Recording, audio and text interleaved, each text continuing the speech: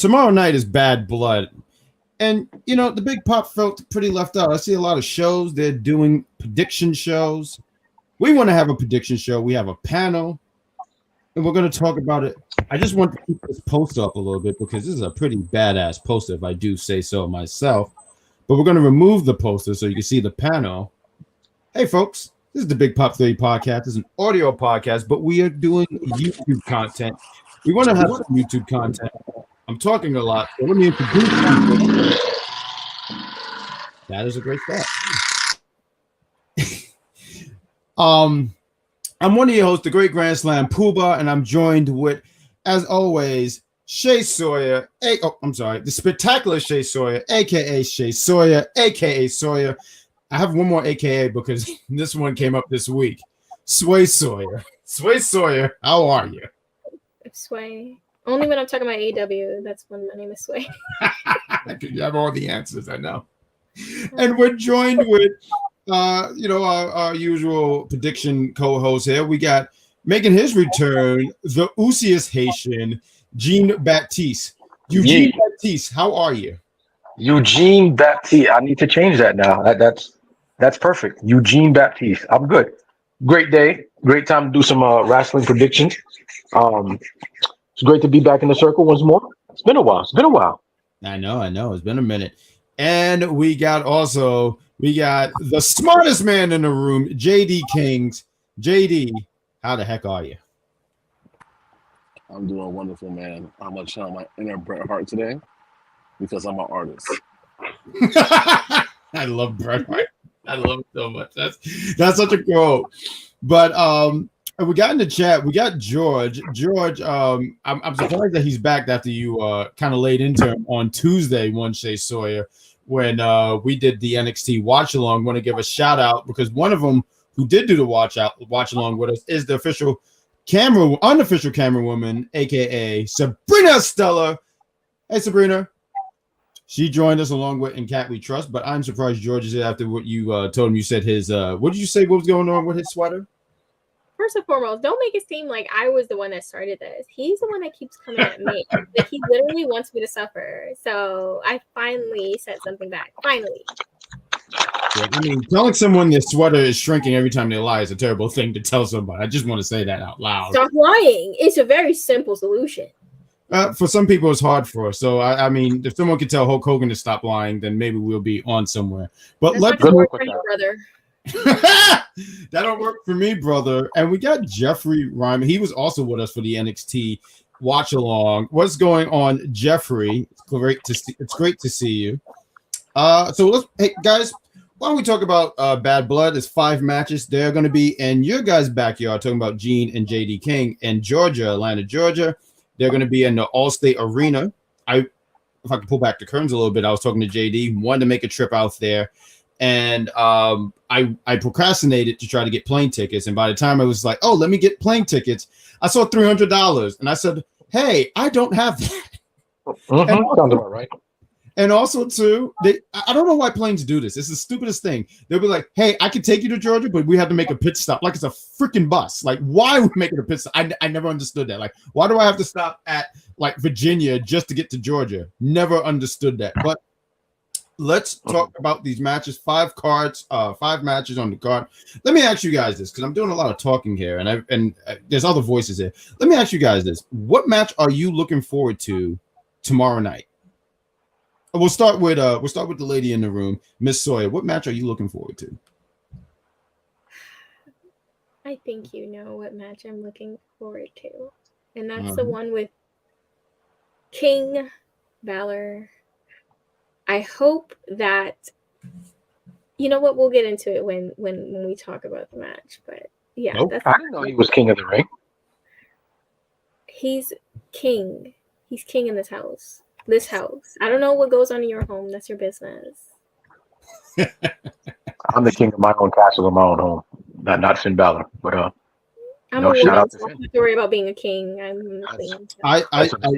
Understandable. I do want to sit here and say real quick though, I'm gonna give the floor to Gene, and I do want to throw out here he is not the king of his house because you know why? I stepped there and I had a crown on my head. So please stop. Where's that crown now? Where's that crown now? I don't have to wear it all the time. A king don't have to do that. Gene False Baptiste, kings. Dean Barista, what match are you looking forward to? Barista, I can't stand you. Probably we're going to be Drew and CM Punk. Hell in this. I hate you. I hate you. I'm glad I wasn't drinking anything. I would have spat my drink out just now. Yeah, and we don't want to see. We don't. We're gonna get into the chat, but we want to get to JD as he's making his way to Gotham City. But JD, what match are you looking forward to tomorrow night?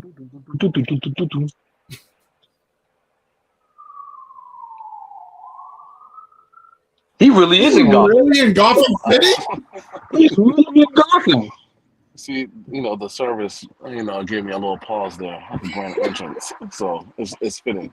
So listen, I'm really looking forward to, even though I don't care about the match and the people they're going against, but the Roman Reigns Cody Rhodes tag team match. I haven't seen Roman Reigns since WrestleMania in a wrestling match, so I'm excited to see this. And just the promos he cut, that little thing they did in Georgia Tech, our home Jeffrey, Jean Baptiste. Yep. Whatever we I call was you trying today. to see that. It was good. So I'm just excited to see the aura of Roman Reigns. It could be Roman Reigns with a stick. I'm ready to see it. I definitely want to see Jacob Fatu finally. Like I kind of want to see what he's really capable of. So that's definitely a match I'm keeping my eye on as well. So why don't we get into the comments real quick before we get into the matches? But the unofficial camera was that once Finn is mentioned, no holds barred for Miss ShaySawyer. This is true. Okay, Yep. so it's on like Donkey Kong. So George has not forgive you for attacking the sweater. It's on. You started it. Let my man rock with his Carlton sweaters, man. Let the sweater verse be right now, okay? Shay's not going to want to hear that. LOL, shortcuts are great. Now, are they? I don't think so. I think they're really annoying, especially that wait period. Roman Reigns and Cody Rhodes versus Solo and Jacob. So it sounds like that's the match that he's looking forward to, talking about George. Jeffrey said, we know who Shay's rooting for. He's a prince. And then we see laughter here. So I don't know if he's mocking. Oh my but I'm going to say that's a mock. A definite mock. And then Sabrina Stella says for Shay, WWE King Finn Balor, AEW King Jay White. I know when we do the audio, I know we're going to be talking a little bit of AEW because I know Jay has returned. He wanted to attack a certain cowboy. So we'll be talking Crazy about Boots. That's my nickname for him. these nicknames that you have for people are ridiculous. But speaking of ridiculous, let's talk about this match. We have Liv Morgan defending her. No, it's ridiculous because why? Look at the picture. Why is Dom Mysterio like, yeah, I'm in the cage. Let's go. Like, he should be petrified to be in the cage. So he's going to be in the shark cage. Liv is defending her world. It's the World's Women's Championship, right? I'm sorry, because all these like names and stuff like that. But she's defending her championship against Rhea Ripley. This feud has been going on for a good portion of the year. Everyone knows the story. Liv injured Rhea. Rhea came back. She wants to get her championship back. Liv has taken everything from this woman, from the Judgment Day to her boo to I feel like there's something else, the World Championship. So I'm going to give the floor to I was going to start with you, Shay, but I'm going to start. There's a certain match I definitely want you to start with. So if you don't mind, we'll give the floor to someone else here. Okay. JD, I mean, smartest guy in the room. What do you have here? We have Liv Morgan going against Rhea Ripley. Who do you got going over here? And we'll go with and then give it to you, Shay. So JD. Yes, Gotham United. We're here. We live. So what I would say is that I'm anticipating Liv Morgan to win. I just think that since Rhea's came back, they have made her look almost invincible. She has been tossing any and everything at her side. But I think it's time that Liv Morgan actually picks up a W and, gets one over. So I do think that she might have something over her sleeve. I do think they do put on a good match. The last match they had together was pretty solid. But I do think finally Liv gets a W and we move on, hopefully, for a while. So I'm chalking this up for a W in the Liv Morgan count. I agree. Liv Morgan takes this.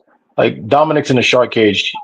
Yeah, but there's still 3 more members of Judgment Day who could always interfere and not care. So, like, even with Damian Priest, like, I didn't see Damian Priest get his ass kicked week after week after week. So you're not really that big of a threat. Liv Morgan takes this. Liv Morgan in the Judgment Day is walking out with that title once more. Like, there's no doubt in my mind whatsoever.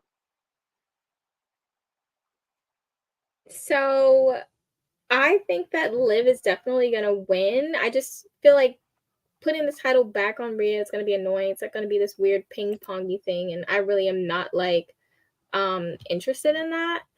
And I think, I don't know, I've been feeling like maybe there could be a Raquel sighting. I know some people don't feel like that, but it could be. And I think they would be a great, like, you know, I guess it wouldn't be a duo because of you know, Dominic, but I think that'd be a cool dynamic, especially having Raquel back in that, you know, not the smiley stuff, because I feel like her as a face with the smiley stuff, it never really works for me. I think she's just naturally better as a heel, and especially like as like that muscle type, like, you know, I think that'd be a cool little put together, and just kind of her being that hard ass like how she used to be. So I think there will be some type of interference. Dominic is definitely dropping something from that damn shark cage for sure, and Liv will win. That is what needs to happen.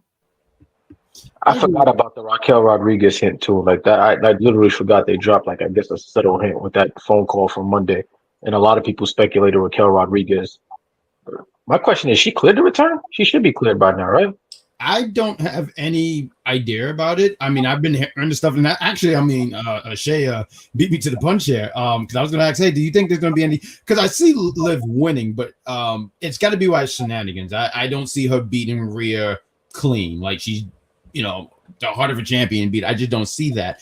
And with Dominic suspended in the air, so. And I actually wanted to ask it. They're going to definitely suspend him in the air, right? They're going to put him in there because on Monday they had him, what was it, on the stage and stuff like that. But right, they're going to have him in the air, and I do agree with you, Shay, that they're going to drop something. He's going to drop something, try to interfere in some kind of way. But you was talking about the stuff with Raquel. You was mentioning the parents, so and maybe it's the cheesiest thing when you think about comparing, right? She would be pretty much her Diesel, you know. Something like AJ Lee, they did that with her. I think it was with Tamina back in the day. So I can see that pairing being a thing. I mean, she would, and they would be a duo because, you know what? I'm sorry, I was bugging his name, but Dominic, he can't hit the women. Rhea. Yeah. Go ahead. And I think that it works as well because, you know, people are always talking about Liv's size and how they don't find it believable when she does certain things. So I think like the same thing with AJ. She was small stature, and I think putting her with that muscle kind of like gave her a little bit more like of an edge, legitimacy in some way, of like more like imposing, I guess. Yeah. Yeah. So I definitely think that will be a good look. Yeah, I'm definitely down for that. I hope that's like the way they go, and I hope the match is nothing like what it was at WrestleMania, because it literally was just Rhea having the upper hand the entire time, and only time that Liv really got in the upper hand was when Dominic got involved, and I didn't like that because I feel like it did a disservice to Liv and the entire women's division when you do stuff like that. So hopefully it's a match. Like Liv is very capable. Hold on. No, you're right. Matter of fact, I saw a video, if I could just piggyback on what you were saying, but there was a video, and I guess she was training at the dungeon and stuff. And I mean, she really could go. And to the point where you say, oh, wow, they, what's the word? I don't want to say they nerfed her because she's still capable in the ring. I guess she's pretty much doing what her character would do. Totally understand that. But she's able to do so much more. And you're talking about that match that they had at SummerSlam, right? Rhea and Liv, right? And you were saying it was pretty much one-sided. And I think my brain. Yeah. It's fine. It's okay. Listen, it's basically the summer WrestleMania. Okay, give me a break. Okay? All this wrestling knowledge is hard to keep. I get it. I totally understand. But you was mentioning before something about Rhea, and you're like, I like Rhea, but she is so one-sided a lot of times when she goes against people. So I could get what you're saying about that. You gentlemen, did you have anything? As Chloe makes a, everyone say hello to Chloe. Hello, Chloe. Glad to make this. Hello, Chloe. Chloe. I agree with what Shay said. Like, I think that. I'm not what about me? I said some cool stuff. Oh, and you too. So you know, obviously you don't know.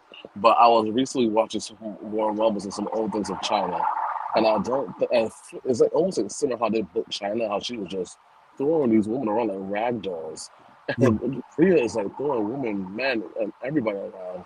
And it's like I don't know if that's gonna work at this day and age. It was nice to see for a little while, but to y'all's point, it gets kind of still fast. So it's almost like you're gonna super book her, and who's gonna go against Bianca? Or you're gonna see her go against like a Jade Cargill? Like, what are we trying to do here with that? So for me personally, I'd like to see Liv get over clean. I doubt that's gonna happen, but we'll see. So before we get to the next match, I wanted to highlight the comments here. We got Jeffrey. He says he knows not to get on your bad side. Yep, very much. George says, I really want Rhea to win, but something tells me that tells me that there's going to be some shenanigans. Absolutely. And also too, I feel like the end game is always going to be that she's going to get the belt. You don't have to put it on her right away. I think let Liv get this run. I think she's been doing some solid work at the champ.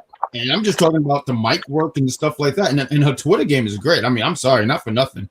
When the picture of Rhea and Damian hugging, and she said, fucking losers, I said, oh, I love this girl. I thought that was hilarious. The unofficial camera, Dom is going to have PTSD in that chase because he was in the county jail for 3 hours. That'll do it to you.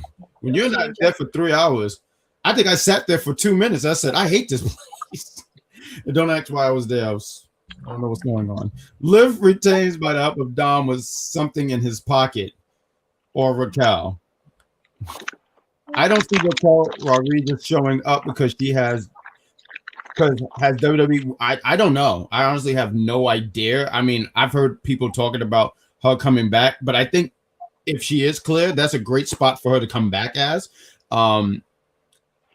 Because she didn't suffer a physical injury. She was out because her skin. She had a skin condition that flared up badly.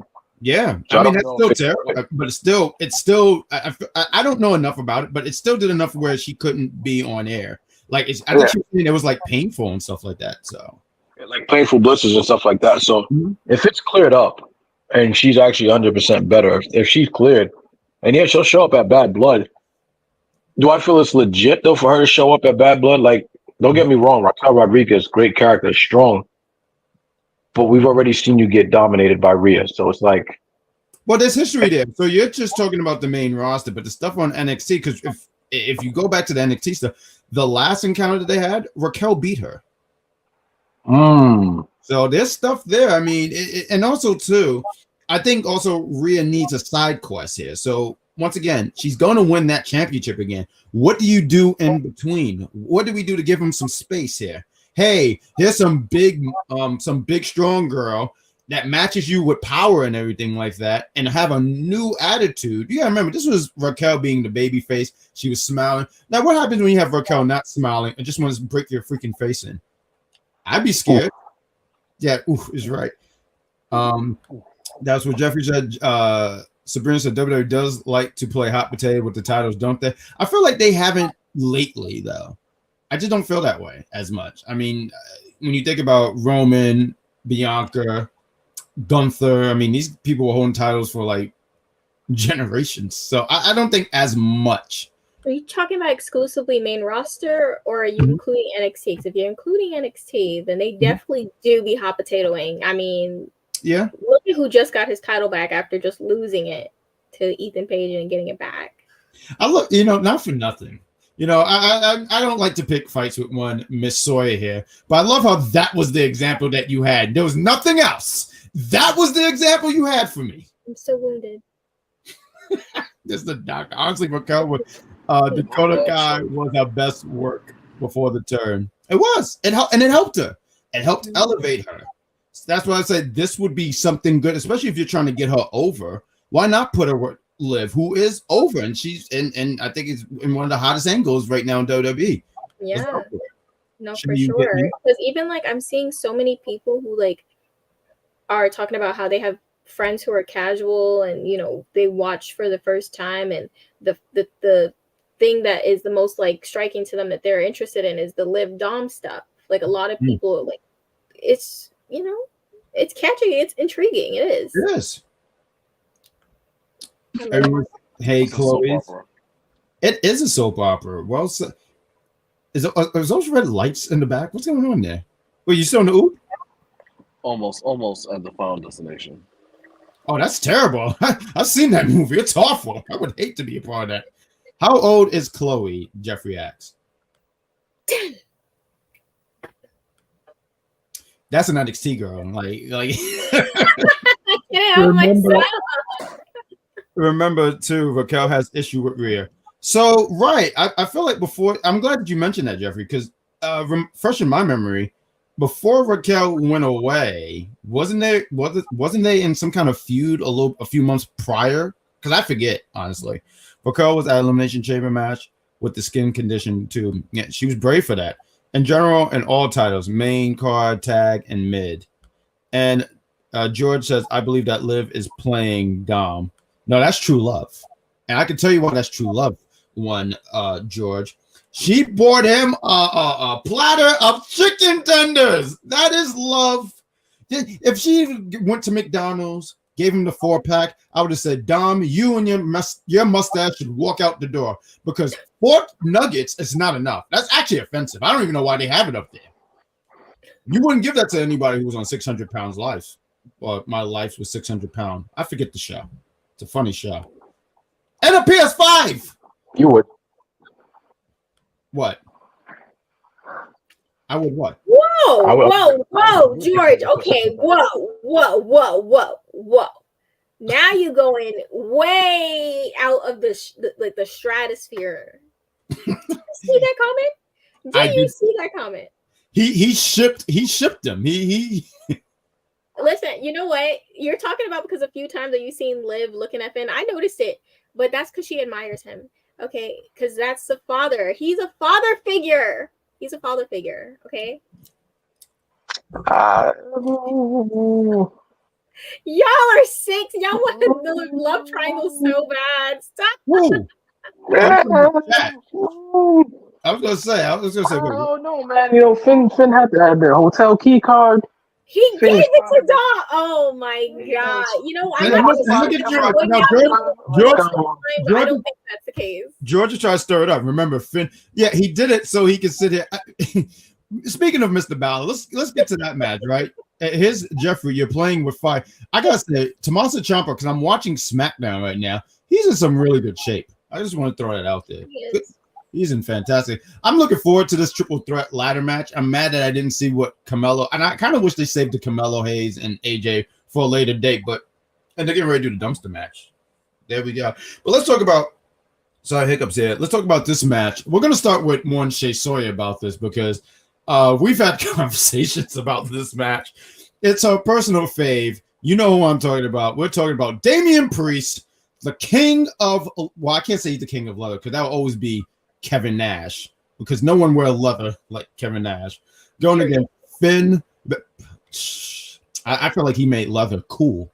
Going against Finn Balor. You guys know the story. Finn Balor been waiting the whole year to just get his hands on or set up Damian Priest. Damian Priest has tasted some success. He feels like Finn is hating on him and has been just scheming. He said, what was that promo? He said on camera you was happy for me, but behind the scenes you was just hating. You're not. I am my brother's keeper, and you're not my brother. Shay's rolling her eyes. Shay has a lot of things to say. I'm talking too much. You guys, everyone, don't talk. Give the floor to one Miss ShaySawyer, because she has things to say. So I'm going to mute myself. Take the floor, madam. Not the mute. Oh my god. So obviously, this man, Leatherpants, is very, very, very delusional. I think that he's been projecting to say that Finn is jealous and was hating behind the scenes, when he literally admitted, I will keep saying this, the man literally said to Seth Rollins to his face, I always wanted to cash in on you. So what does that tell you? He had a reason to interfere in the 2 times that Finn had a chance to beat Seth, when he definitely had him on the ropes and was going to win. Why would he say that? If you're feeling like, oh, I definitely wanted to cash in on you, that means that you had a plan in place. period. So there's that. He was already hating on Finn because he clearly wanted to sabotage him. Nasty person. And also saying you're your brother's keeper. What brothers is putting their hands on each other? I'm maybe play fighting, whatever. But you were verbally and physically and mentally abusive to these people, and then you sit here and act like the victim. It's pathetic, actually. I would have more respect for him if he would just say, you know what? I was an asshole to you guys. Sorry. And move on, but say, hey, this is what it is. No, but he wants to literally be delusional and sit here and act like he's the victim somehow. It's actually mind-boggling to me. Same thing with Rhea. I'm so sorry. You are not the victim. The last Instagram post she posted about Dom before SummerSlam was saying, the caption literally said, mommy's bitch. That's enough. I would snap. That would be my 13th reason, because it's disrespectful at that point. Finn has every right to feel how he does about Damian. He has been plotting on him. He has been being so nice to dim his light to make this man seem a little bit interesting, because if Finn never dimmed his light, no one would care. And I'm being honest. This man held the title for however many months, and he did not win one title defense on his own. Not one. Not one. And I'm supposed to believe that he's this dominating monster. Let me tell you something. The minute that the Terror Twins stuff ends, because it will end. It will end. Everything interesting about Damian will be gone with Rhea. And that is the truth. And all he will have is a deep voice. That's all that will be left. So Finn deserves to get this win. Justice should be served. Finn has been wronged so many times, specifically by Damian. He has bit his tongue when Damian has put his hands on him multiple times, spoken to him disrespectfully. I just think it'll be a very, very sad day if that man walks away with the win. What are we teaching our children? Do we get justice in the world? I just wanted to inject. I wanted to inject right here. It's the truth. No, I just want to say real quick here. I can already tell you, no matter what else we talk about on this show, that is all real. I want everyone to know that. Someone put the timestamp, please. Someone put the timestamp, because there's nothing topping that. I can almost promise you guys that, because the politics is crazy behind this one. No justice, yo. No, you know what got me out of this? The lawless town. All you will have is a deep voice. That took me. I ain't gonna lie. I was holding in my laughter because I heard that one. That set me off. Only thing I can't disagree with is that we're saying Damian started this, when I can take you back to Raw while Seth Rollins was the world champ. Finn started this on his own. Finn showed the jealousy from that moment, because I remember Seth gave Damian Priest the title shot, and I remember Seth was very disrespectful to Finn. Very, very disrespectful, utterly disrespectful. But in that title match, I remember Damian definitely said, I want no help. I'm going to do it by myself. And what does Finn do? Insert his nose in business that didn't belong and costed Damian the title. As far as I'm concerned, Finn started this. Now, I will agree. Was Damian an asshole towards the Judgment Day members? Yeah. I would be too. I'm sick of seeing Dom and JD do dumb shit. And you know what gets me? And Poobah, correct me if I'm wrong. I did say this before. JD McDonough has a lot of talent. I see him as this generation's Dolph Ziggler. And that says a lot for me, because that's a show of respect. He can work. But you're just jobbing and jobbing and jobbing and eating. Like, what are you doing? I'm tired of seeing that. Dom, you serve 3 hours in prison. You come back with these Lil Wayne tear baby tattoos, and I'm supposed to believe you're a hard ass? Get your ass out of here. Now, I will agree with this. Gunther's main world championship run, I even wasn't interested up until the Gunther business. That's the only reason why I found him interesting. Will he be nothing without the Terror Twins? I don't know. I won't say a word. Do I feel like Finn's going to take this one? Finn deserves to take it. But it kind of looks like Priest is probably going to win that one, unfortunately. I know. Boo. Do I feel like Finn deserves it? Hell yeah. Will justice be served if Finn takes it? I don't know about justice. I don't know where that came from. That's wild. But I do believe Finn deserves to take it. Final prediction, though, Damian's probably going to dominate him. And it sucks to say. Oh, shoot. You know what? I didn't even mean that pun. I didn't mean that pun. I didn't mean that pun. Right now. I didn't mean that pun. I didn't mean that pun. What do you mean Finn started this? What do you mean right now? I mean, I took you back to Raw where Seth offered Damian a title shot. Damian took it. Damian said, I'll do it myself. Finn stuck his nose where it didn't belong. Costed Damian the match. I mean, you kind of set the wheel in motion.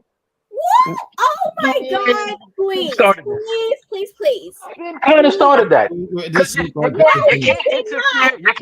can't interfere in one man's match and then get mad when Damian does the same.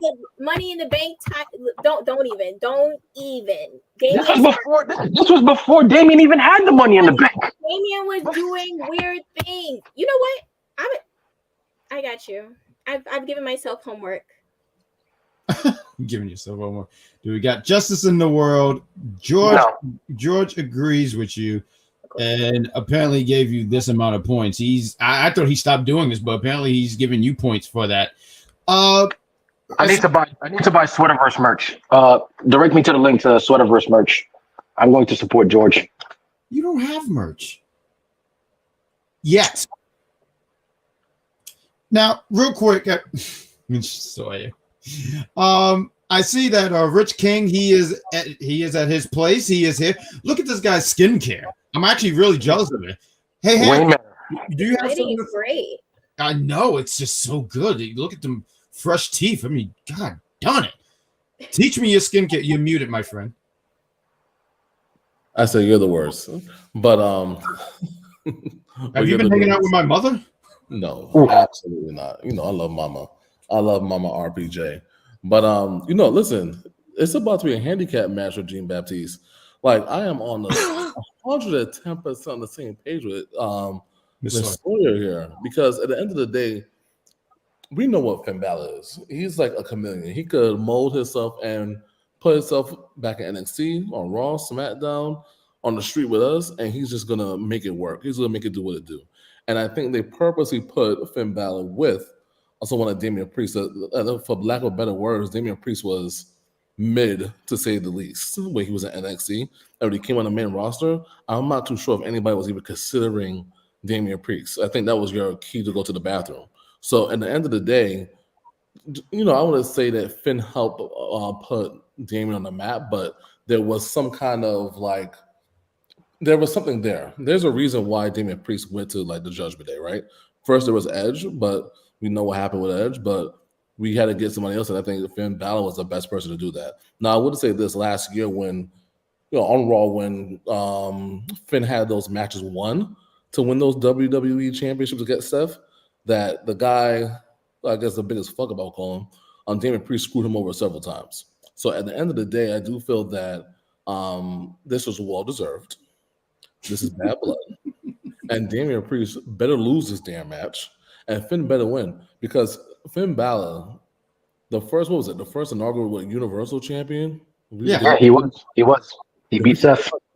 I mean, and Damian, like I said, I was watching some catching up with some old NXT stuff. The guy it's a fucking joke. So let's not put a joke in the same. I mean, the Joker movie did come out today. I'm not disagreeing with you. I don't disagree at all. The first thing I said was, I didn't find Damian Priest interesting until Gunther. That whole feud with Gunther was when I finally looked and said, "Oh, okay, this is actually interesting. This guy is actually intriguing." I'll watch some more. So, if I'm hearing correctly, it took about 3 years to get some respect for somebody, and you're going to tell me this person will go over someone that's been doing this for the last how many years? I mean, I'll say 8. Listen, as good as Finn Balor is, and I take nothing away from the talent, first inaugural Universal Champion. But as many wins and as many great matches as he performs, he's counted the lights one too many times, even for Finn. Do I feel like he might count the lights again? Yeah, he will. Most likely he will. They're big on Damian. Why? Lord knows. Do I agree with it? Absolutely not. but Damian's going over. Honestly, and if I can throw my prediction in before World War V continues here, I gotta go. I'm not gonna say this. I agree with the stuff Gene was saying here, but I'm just gonna go with. I think they're gonna go with Damian myself here. I think they're gonna do this. I don't think this feud is over by any means. And the one thing I do agree with Gene and what he was saying here was that they're big on Damian. Matter of fact, this Monday, right? He was left lying, right? He was left laying on the ground. I think that's a cue. A lot of times when they do that, that means that they're gonna go with the guy on the ground. And also, too, if Rhea's losing, I don't think they're gonna have both of them lose. I just don't think so. They did that at SummerSlam, and I think that was just a setup for this story. But I don't think they're gonna do that at Bad Blood. But we shall see. We shall see what happens here. We got Jeffrey. I'm sorry. I want to make sure I got his name right. He says Team Finn wins, and honestly, he should. I just don't think so. I mean, what's his win-loss record? It hasn't been good, and that doesn't stop him from being how great he is, because he is great. I mean, he's lost a lot, and no one's sat here and said like he's washed, but he's lost a lot. You can't call him washed. You can't. Judgment Day helped him for half of his wins during his reign, so we have to consider that. That's a little ashy. No, that's fair. No. We also can consider Damian had a longer championship run than Finn too. Got to put it out there. What does that have to do with anything? When somebody was helping him and Finn lost his title because he got injured, let's come on, apples and oranges. He had to relinquish the belt for an injury, right? Right. He wasn't careful enough. But Damian, I see what you did there. I'm sorry. Wasn't talented enough to keep it up. No, it's a joke because of Bret Hart. You're like it's a running. I just wanted to explain it to her because Bret Hart. Anytime someone get hurt, he's the first one to sit there and say they wasn't careful. He wasn't careful enough. Yes, but I know we got to move on. But no, go ahead. I'm not seeing what you see at JD Madonna. I heard you said this version of Dolph Ziggler. I mean, which version are we talking about? Dolph Ziggler, the one that left to go to TNA. Like, what are we talking about here? Like, what? So with JD McDonough, he's talented. First off, he sells moves incredibly well. Like I'll watch his match and it's like that looked way more devastating than it needs to. I'll give him credit where credit is due. He's talented. I actually went back and watched some of the NXT stuff, and it's like, oh, he's actually not as bad as I'm sitting here shitting on him all this time. On the main roster, he's not doing nothing well but counting the lights. But you look at some of his matches, like with Ricochet, that's like one of the best ones I've seen I can remember on the top of my head, where it's like, wow, this match was actually really dope. Or the selling that he does for Damian Priest. Like, Grand Poobah used to say when I used to take a choke slam, when we used to do the backyard business, I had moon boots. Nah, JD tops that. He goes way beyond, above and beyond. So I'm going to give the man credit where credit is due. He's definitely talented and can sell his ass off like Dolph Ziggler did back when he was with the E. I just want to understand what you said, just to put it in context. You said the man is talented, and his best talent is selling a move. That's not me telling you the best thing in your job is when you hang up the phone. It's over. He's not good. So hold on. I do want to take some real quick. I do want to share. For me, he's not that good. Hold on, I want to talk to you right now. I feel like Gene has been like double teamed and triple teamed, and right now this is really what he's looking like right now, because he is just. I mean, you guys are just wilding on him. I did want to talk about JD a little bit. JD is very. I think him being in the Judgment Day has been beneficial, because let me ask you guys this: on his own, and he's talented. I mean, if you watch NXT, but that's a whole different brand, right? But on his own, how well do you think he would be doing right now? I think right now he's getting TV time. He's rubbing he's touching. I'm sorry. It's a you see my tongue got in the way there, but you get what I'm trying to say. He's with Finn Balor in this group. He's in some of these main storylines. That's a great place to be. Think about Randy Orton, right? When he was in Evolution 2003, right? And granted, he had the Intercontinental Championship at the end, but it helped when he was in a group. And he was getting to be in some of these big feuds. He was in the ring with a Chris Jericho, RVD. I want to say Kane. You get what I'm saying? Like, does that Am I translating this very well? No, I think, I understand what you're saying, but there's one Thank Randy you. Orton, right? And there's other people that do the same thing and they don't succeed. So we Right. do a lot of times we do put people in these situations, and I think to put them in a faction and don't really come out. Let's like look at Cody Rhodes. I look where he's at now, right? Mhm. I look at DiBiase. Ted Where DiBiase, are yeah. they? Where are they? Right? Well, So Cody's on SmackDown. I saw him. yeah, he's there. DiBiase's in prison. Where's the other guy? Right? Look Prison. at a lot of times we come up and put people in factions, whether it's I don't know the Nexus or the cheerleading squad, wherever you want to do it, right? Oh, the But Spirit there's- Squad. Yeah. Yeah, But I also want to say this too. there's- I do want to say this too. It's still early. It's still early for JD. I mean, he's still in the group. We have to see what he looks like in a few years. But I think his future is Correct. bright. All right, I think- but I don't think they're doing a good. To me personally, I don't think they're doing a good job besides making him look like a rag doll half the time. I mean, granted, yes, JD in the Judgment Day does look like what the LWO is right now. Just why are you here? I do want to say. I'm sorry. I want to, and then we're gonna move on to the next match because we have 3 more matches here. But George is really with you. I think you have won this guy over. I don't know what you did to win him over, but you did. Jeffrey is laughing. I guess you made a funny there when Rich Kings. George also said, I can see JD and Khalil getting involved, and Jey Uso comes out and help Damian. Will Jey Uso even be there? Listen, It's possible. I Khalil don't- is chilling in the group. I love that for him, though. If the creative narrative was in George's hand, we'll be in trouble. Let my guy rock, man. Let my guy George rock, Oh, man. please, you got this one. I want you to know George was on my side before you, but I don't know. You've won him over, so congratulations, Dean Baristo. Let's get to the next match here. I know. I think I keep changing his name every time. Let's talk about this match here. I want to start with you, Rich Kings, because you've been on fire. I mean, you're the smartest guy in the room. He's been saying some things, but let's talk about this. Nia Jax, she's defending her women's championship against Bayley. She became the #1 contender, I want to say 2 weeks ago, and she'll be facing Nia Jax this Saturday. Saturday also too. Let me just throw out here. It's start time at 6. I mean, sex. Oh my god. Wasn't it last week? She beat Naomi? Huh? It was last Friday. She beat Naomi for the #1 contendership, wasn't it? Okay, so it was last week. Okay, thank you. But start time of 6 p.m. because I thought it was going to be at 8, but it's at 6. So everyone knows that. But Rich Kings, what do you think about? So I'm going to throw a few questions at you here. What do you? Who do you got going over? And this is for everybody in the chat, and this is for both Gene and Miss Sawyer here. Are you comfortable? Are you serious? Are you freaking serious? Are you freaking serious? What are you doing? Relax. Shay, get that fine ready, because we're gonna find this mofo. But what do you think of okay, who do you got going over, and what do you think of Nia Jax's run as champion so far? For me personally, I think Nia Jax is going to win this match. I think that it's a nice little rematch for her and Bayley, but I think she will beat her clean. I think the run is, I don't know what expectations I had for Nia Jax's run when she won the championship. I don't know if she's going to be dominant, if she's going to be like the irresistible force, or she's going to be the comedian. I don't know what to expect of her. Queen Nia as champion, I don't know what I was going to expect from her.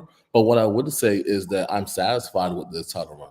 I mean, I don't want to see it go to an end, and I do think that obviously Triple Stratton eventually is going to cash in, whether it's tomorrow night or whenever. But I do think that Nia Jax currently right now, this current run she's had was better than anything she's previously done for me before. I do think that whether it's her fooling around the ring or like, what is she doing? What she's trying to mock people or just dance and just bring life into the crowd.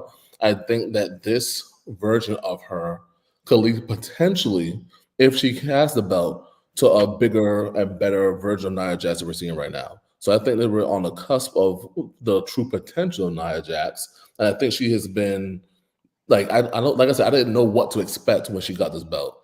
Like, what angle was I going to get? What is happening right now? But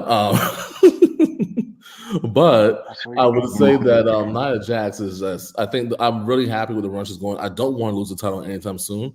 And I hope like Tiffany wouldn't cash into something like Royal Rumble-ish, because Nia Jax is doing a really good job so far. Clap on. Like, what is going on?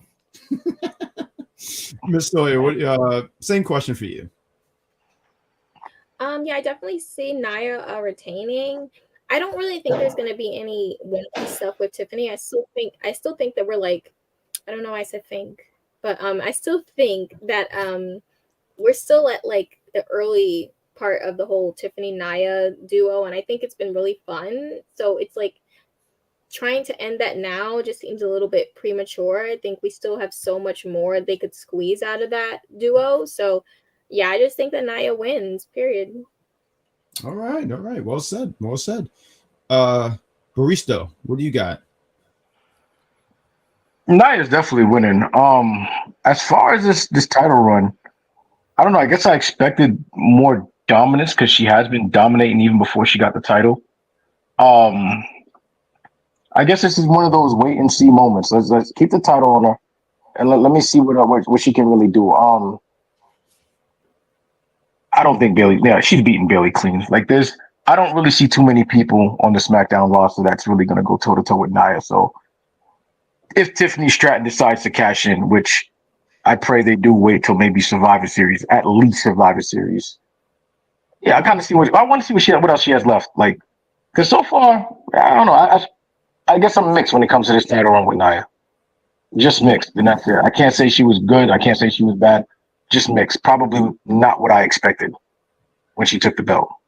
You know, George, and I was going to mention Charlotte. So I got Nia retaining, and my thoughts on her run I feel like there's been more to desire, and I just haven't got it. Like, you know, she won the Queen of the Ring, and I just thought there would be a little bit more of that. You know, like her talking about I'm the queen.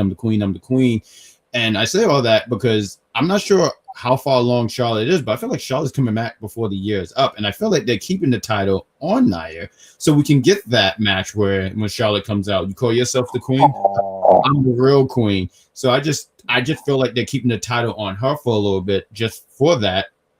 And the stuff about, and I did want to ask about Tiffany Stratton because, you know, she's been teasing for a long time to cash in. Like, well, we're going to get some shenanigans here. You said Survivor Series. You would talking about Eugene Survivor Series. You would like to see her cash in and win it. At least hold out to Survivor Series. Mm-hmm. As far as her winning it, it'd just be a question of does anybody think she's ready for that? Like, is she ready to carry the Women's World Championship on SmackDown? You know what? Like, does she have what it takes to carry the championship? Better yet, that's a better question. Does she have what it takes to hold that championship title and carry it on her for a while? You know, I think that's a great question, and that's for you guys in the chat. But why don't we start with you, Ms. Sawyer? What do you think? Do you think Tiffany Stratton is ready for this? Is this something you would say, hey, wait it off, or what's your thought process about it? I think wait a little bit. I just think there's still more they could squeeze out of her, you know, holding the Money in the Bank briefcase. It's just a little bit longer. I just think she needs a little more time because I do remember her last, you know, when she was NXT champion. I feel like that wasn't as exciting as I expected it to be, that reign. I wouldn't say it was bad, but I just feel like I expect a little bit more from that reign, and I really, really like. I'm like super high on Tiffany. Like, I love Tiffany, but I just feel like it didn't meet the same height. But I mean, that was a little bit ago, so she definitely could have, you know, grown a little bit more. But I just feel like keep the Money in the Bank a little bit longer. Sure. What about you, Rich Kings? What do you got, sir? I have two answers to this question, right? So the first thing was that the Nia Jax, hear what you guys are saying about Nia, right? And I would say this. A few, 30 minutes ago, we were just complaining how Rhea is just dominating. And it's just like, it doesn't make sense, right? And I think when we have these bigger athletes, it wouldn't make sense that they dominate. But I do feel like it wouldn't make sense with the David Goliath thing for someone to really knock her off if she was truly dominating well she's designed to be. So I do feel like someone like Tiffany Stratton almost have no real chance to beat her if it was a real match, if she was supposed to have this dominant reign. And I don't think that takes away from the storyline or from Charlotte. Because even though if Nia Jax is going to be dominating as much as she should be dominating, I don't care if it's Charlotte, I don't care if it's Tiffany, I don't care. Like, it ain't going to be one of them that should be beating her, right? It should be like a Rhea or a Jade or a Bianca based off of the heights that they have done when it comes down to, I guess, just how the muscle and the athletic fit, right? So that's what I'll say to that thing. So I kind of see why they did not go in that dominated fashion for Nia, because you don't want to create a story that just becomes, especially if you have Rhea doing the same thing on Raw to Marina on SmackDown when it makes sense. But for Tiffany, do I think that she's ready? I think right now time will tell. Right, I think right now with the storyline, I will have to see how it unfolds, and I do think that it will have to be in the right moment for her to get the belt, and then Nia or someone else will have to go out the picture after a little while. I don't think that right now, if we do have Charlotte coming back soon, you do have people like Naomi, a lot of fans think that she should win the belt. Like, if she gets it right now, or she gets it like at Royal Rumble, that will just, I would prefer to wait. Like I said, for me, Royal Rumble, give her like 2 or 3 months to see what she has, and then decide if she should lose it then after that. But right now, say if she gets it at SummerSlam, what's going to be the deciding moment for her to lose it? To me, at what pay-per-view we make her lose it in a month or two, lose it on the SmackDown? I don't know. So I want to give her like some kind of a prime moment to show what she could do, and then be the judge after that. But I think if it would be right now, I'll say no, but after, yes. All right. We want to get into some of these cash-ins. I'm sorry, comments. Jeffrey says, plus Bayley is going to call out Nia Jax tonight. Yeah, she's on right now. Calling out Tiffany Stratton, cash in and fail. Should be the first for the women. I think Tiffany gets it when it's right. I don't think so. Tiffany Stratton is not seasoned enough on the main roster. Tiffany champion was boring as hell. I said it and stand by it. That is from Sabrina Estella. We got George. The question is, will they make Tiffany Stratton a babyface and keep Nia Jax a heel? I don't think you have to change them at all. I think I personally would just keep Tiffany as a heel. I just think she knocks it out the park as a heel. So wait, I got a question for you, our lovely host right here. Did you think when Alexa won, right? Do you think that Alexa Bliss, did you think she was ready when she first won? When she first won? Yeah. Oh God. You mean like the first time when she beat Becky? Yeah. Oh man, I'm usually the one asking the hard-hitting questions. I don't remember what my mindset was. I don't think I had her winning. I just said, oh, she's not gonna win. So do I think she was ready? I think in 2020 vision, I might say like, yeah, because I think she's killed it ever since. But at that moment, I can't say that I did. I can't say. But she changed her mind after, it would seem like, right? Oh yeah, no, she knocks it out the park like all the time. I think she nails it with the character and stuff like I think she nails it. So yeah, I think after where are you going? I think after she definitely we got and also too, I did want to throw this in here because I know we got 2 more matches. I'm sorry that we've been dragging here, but the possibility of Naomi turning. I mean, what do you guys think? I personally just wouldn't want that because I just don't.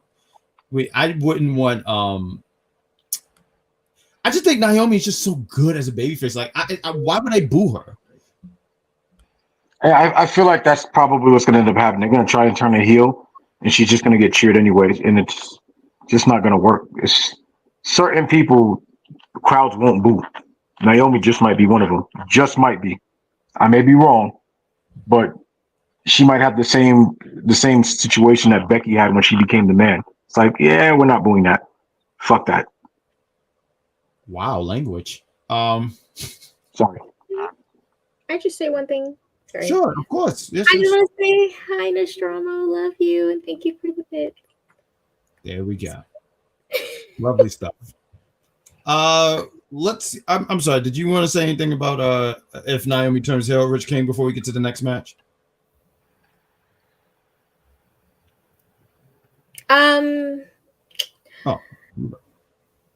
Mm-hmm. He's muted. I don't think he knows he's still muted. No, but go ahead.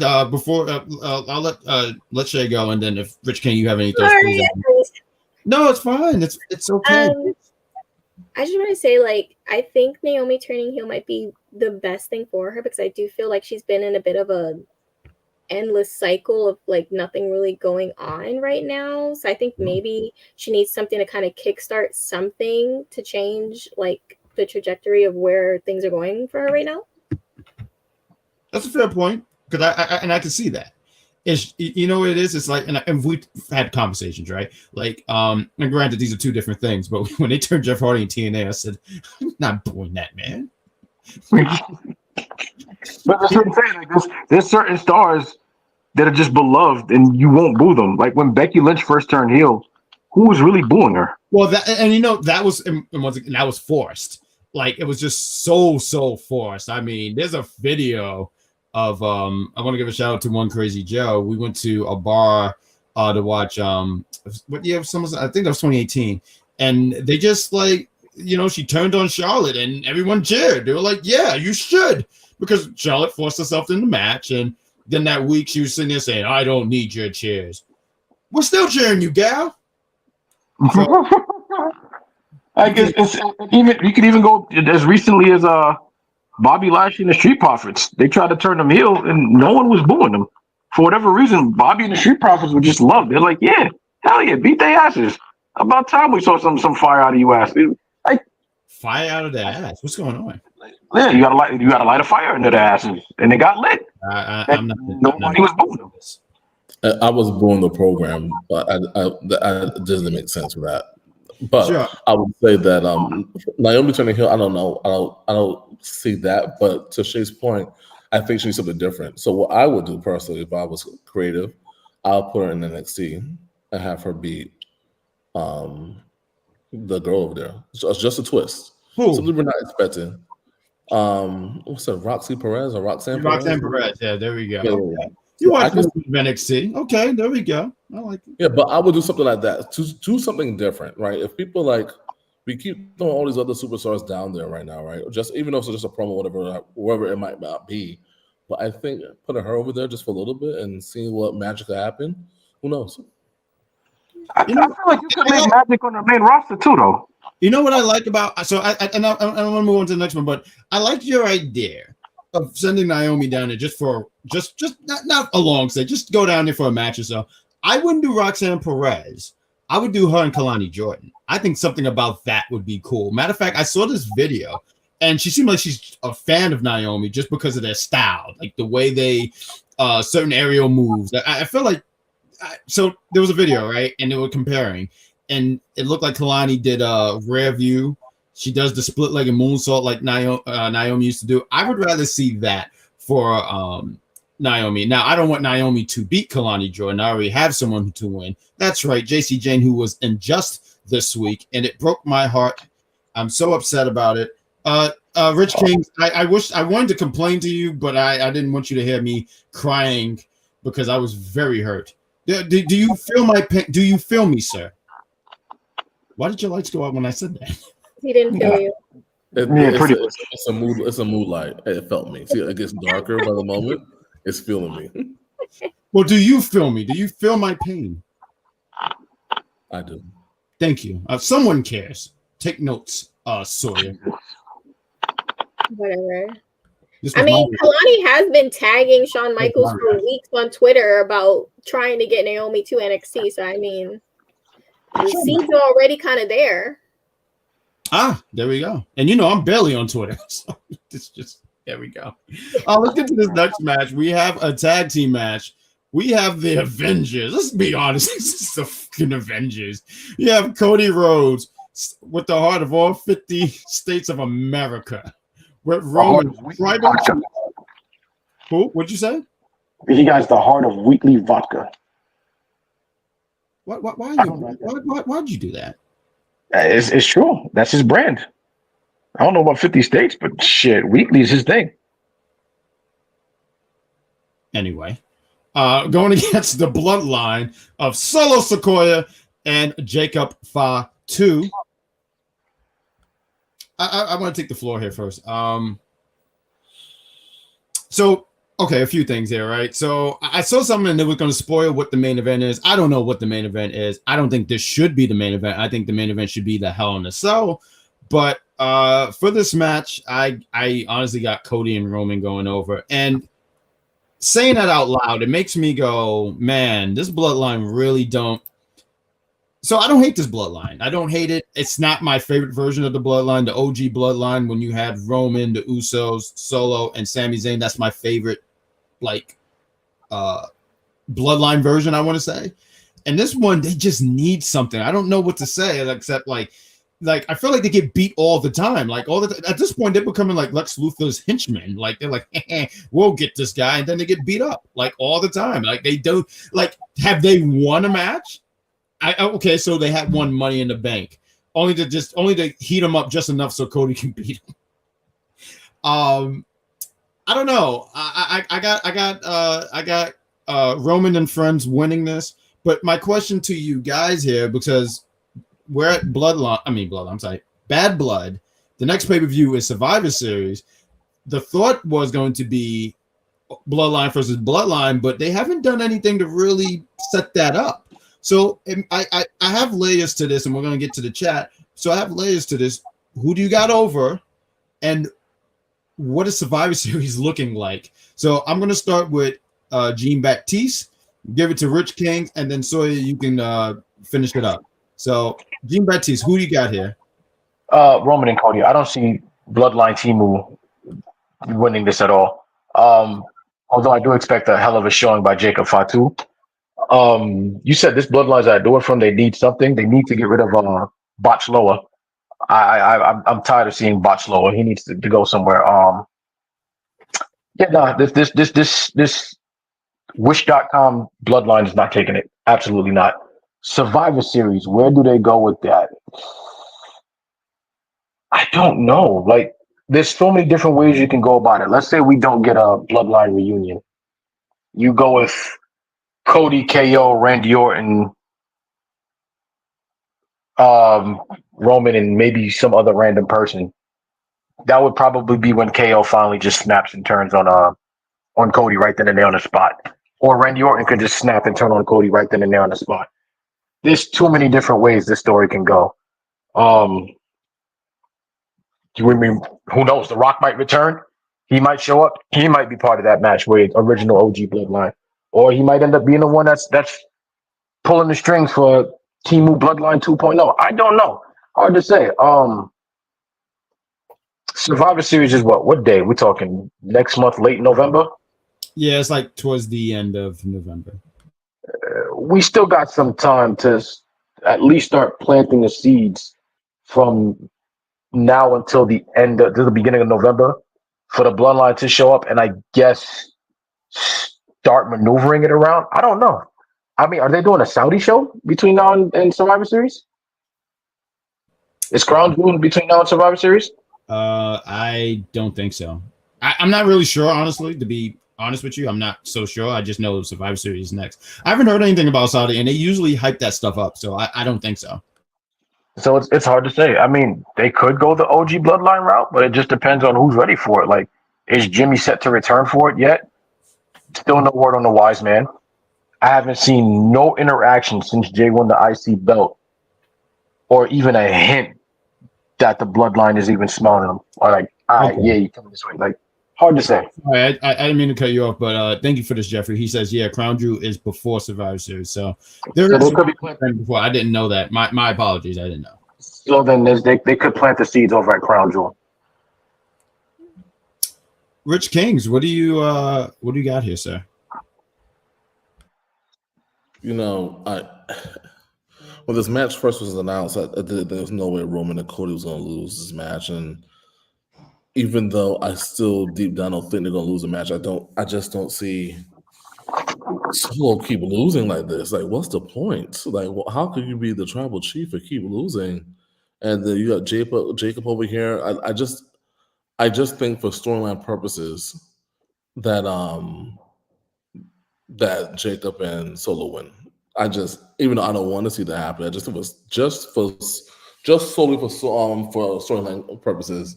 Because think about it, if they lose this, they lose the Survivor Series. If we're projecting, they might lose the Survivor Series, whatever kind of match it's going to be. When do they ever pick up a win here? What kind of bloodline will this be? This is a joke. So at the end of the day, I do think that they have to get have built some real momentum in here. And if Cody Rhodes keeps picking up victory after victory after victory, like what is like, no, that doesn't make sense. So I would just have to go in the opposite direction and just say that Solo and Jacob win. I gotta say, I commend you because you say I'm gonna go the opposite, but I do want to ask you this: would you go in that route? Who do you see eating the pin? Cody. Mm. For Roman to come back to be the original tribal chief and to eat the pin. Oof. I can just see Roman now, just like that don't work for me. Like, what are you talking about? I'm Roman Reigns. Yeah, I couldn't see it. I couldn't see that either, honestly. If they did go that route, and I think you said some really great things there because you're right. Like the main thing that you said, like they keep losing. What kind of bloodline is this, right? Like they're supposed to be a threat, and that was the whole point, right? They're supposed to be a threat, and they just don't feel like a threat. Like I feel like when they walk the hallways, I feel like someone's laughing at them. And that shouldn't be. Fatu is the threat. The bloodline is not. Huh? Jacob Fatu is the real threat. The rest of them, not so much. As a whole faction, you're supposed to be a threat. That's like saying Wade Barrett was the threat of the Nexus. The whole group's supposed to be a threat, right? Like that's the whole point of a group. They're supposed to be feared. You know, Jacob, and I like Jacob. Jacob is great. But it's not Jacob and friends. It's going to Bloodline, right? But I want to give the floor to you, Ms. Sawyer. Who do you got going over here? And if you have any thoughts about Survivor Series, please give us your thoughts. Yeah, I definitely see the Bloodline winning. I just think for all the same reasons everyone's been saying, like they need to get this. Like they have been looking very silly the last few months, and they need something to really legitimize them. I kind of think, I know you said Cody would take them in, but I think the best way to gas Solo, and I know it's not ideal, with Roman returning, but it's Roman, like he'll be fine. Like he nothing will change. But I think that will really gas Solo because he's trying to put across this whole I'm the tribal chief to pin Roman. I think that will really.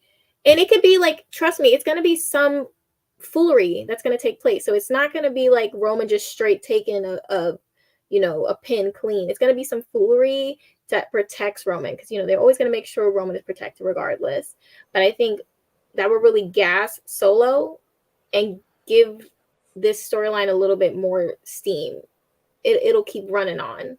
I mean, Cody taking the pin too, yeah, that'll be fine. But I just think him pinning Roman and that visual of Solo pinning Roman will really put this whole feud into a new gear.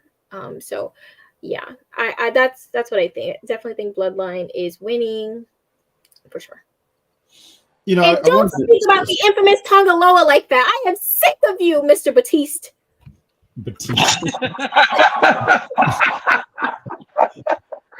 I love that she held that in for a while, but I did want to touch a little bit on what Soy's saying. I think both you guys. So my pick stands that I got Roman and Cody, but I think you guys both made really good points here. Matter of fact, the point where you mentioned here about Solo, like Solo don't ever win. So to beat the best, he might explode.